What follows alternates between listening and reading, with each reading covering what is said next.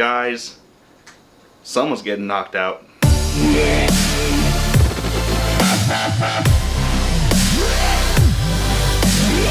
Here we go, guys. Nate Diaz versus Conor McGregor. This is such an interesting fight. This is the first time these two met. They had a bloody war, and by bloody I mean Nate Diaz's face. Now, the first time around, I picked Conor McGregor to win because I thought and I said that he had the superior stand-up, the superior boxing.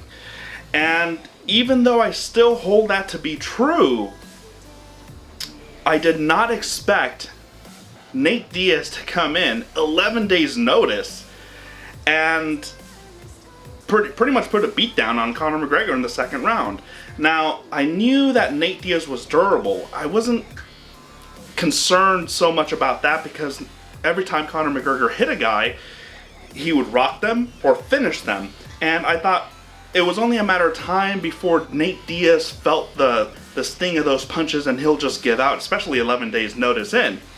But there was a lot of things that I noticed in that first fight that I've never seen Conor do in his previous fights, and that is be emotionally invested, and on top of that, overreach his punches. Like, he was really overreaching a lot of the times. He was putting everything he had in his left hands most of the time.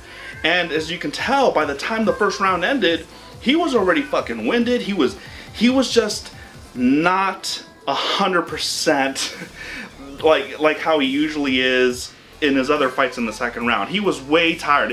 If you were to take a look at him after the first round, you would think it was the fourth round or the third round at the end of the third round or something. He was that tired.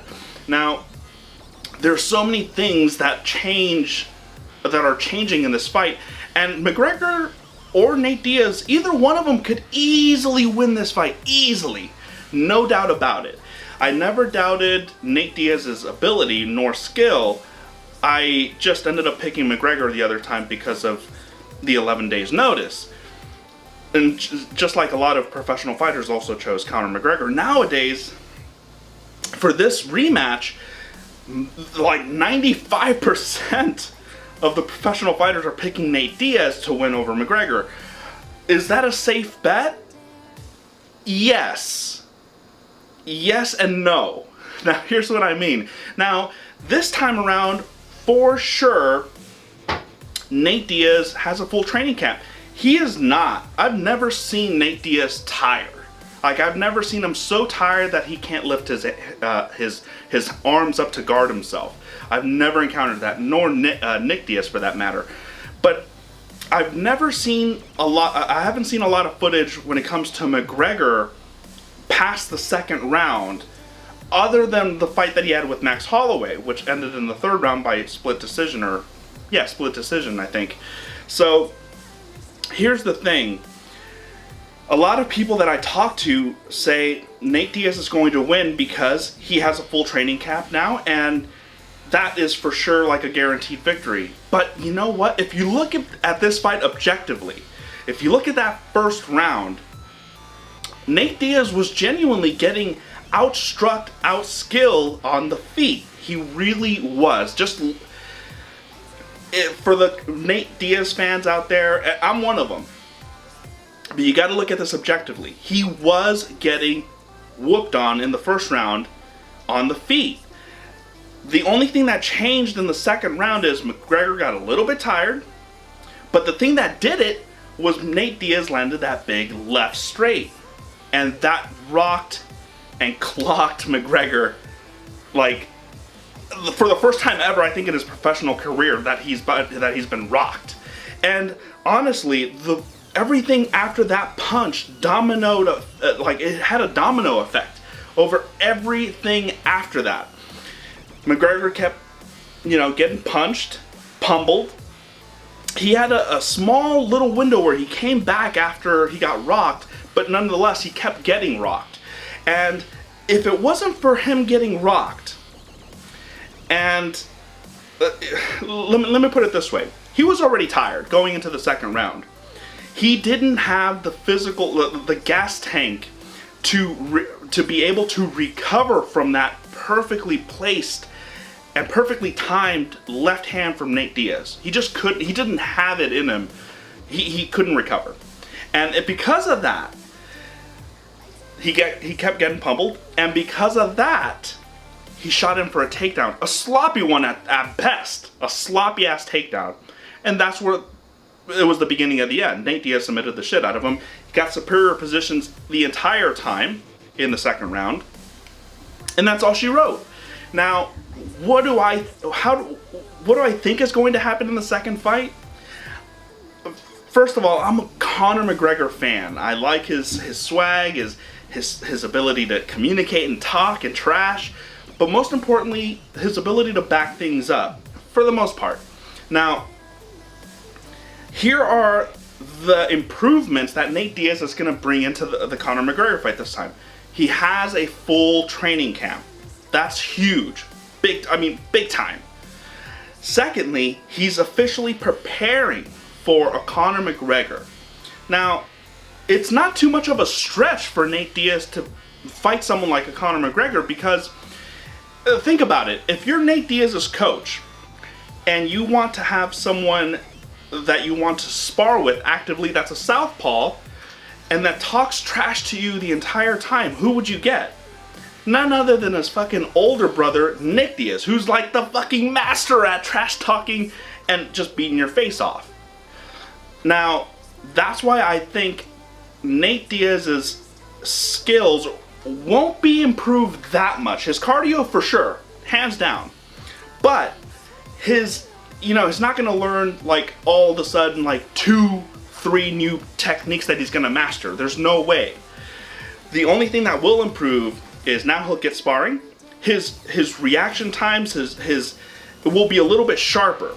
He'll get hit less because of this preparation now. And that's pretty much the only thing that I think changes in Nate Diaz's game is the cardio, and now he's prepared, his skills will be sharp, and he'll be harder to hit next time around in tomorrow's event. And Nate Diaz actually said it himself. He was surprised that he was getting hit with the left hand himself. He usually doesn't get hit with that left hand, according to him. Now, what changes in Conor McGregor's camp?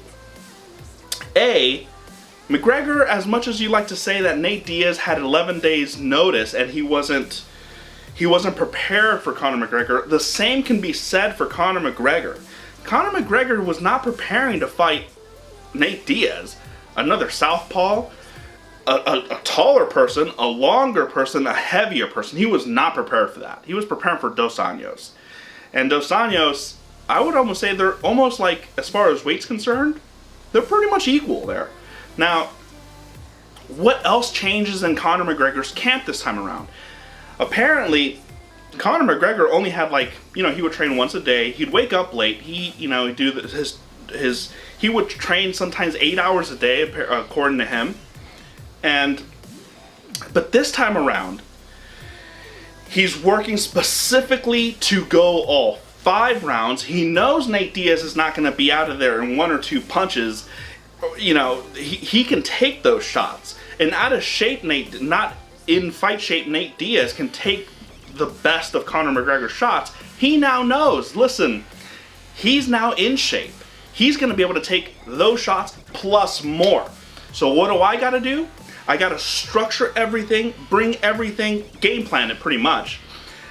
For a tall, lanky southpaw, high pace, going all 5 rounds, and out pretty much skilling him. Now, Conor McGregor thinks he's going to knock this guy out in the second round still. I think that's a huge mistake. I think you should just go in there and go in with the mindset of, I need to keep hitting this guy, but without tiring myself out. I mean, you know what I mean? You got to balance that shit out. But this time around, he did bring in jiu-jitsu specialist Dylan, black belt from Marcelo Garcia, and I forget this Irish boxer's name, but he's like a tall southpaw, and he's specifically training for Nate Diaz. Now, that's the big difference here with Conor McGregor. He's specifically training for an opponent, whereas he's never done that before. So now it comes to a question of whose preparation is going to pay off the most. Is it Nate Diaz's full camp cardio now, plus specific training for Conor McGregor? Or is it Conor McGregor's entire camp change? And what I mean by that is structure, don't stray off your nutrition plan, specific southpaw training with people that are taller and bigger than you and heavier than you. He's sparring with middleweights apparently. And now he's training twice a day. So he's like really over dedicated himself to this. And he, you know, the reports have said that he's gone on to pay over like $300,000 for this specific training camp. Now, what kind of an individual spends $300,000 on this training camp? A motivated one. A person that's very, very serious about getting this loss back. Will he do it? I'm not too sure. Now, let me ask you guys this. I want to know who wins, what round, and how they win. That's always the fun part. Anyone can pick the winner. It's very random, you know. Any fighter, especially in the UFC.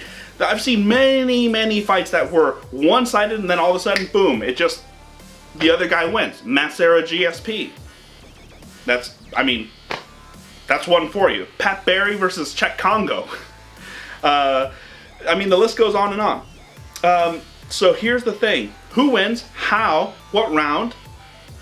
Personally, and most importantly, you guys, who do you want to win and who do you think is going to win? Because those are two different things. Now, for me, my pick